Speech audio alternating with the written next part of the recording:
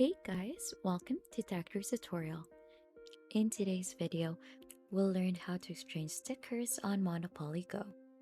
It is a step-by-step guide to follow easily, and don't forget to hit the like and subscribe button. So let's dive right in.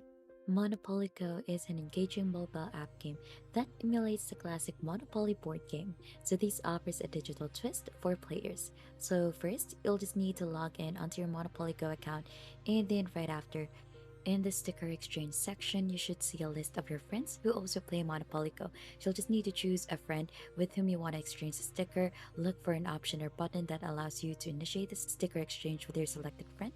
And then right after, in the exchange interface, you will typically see your sticker collection and your friend's collection.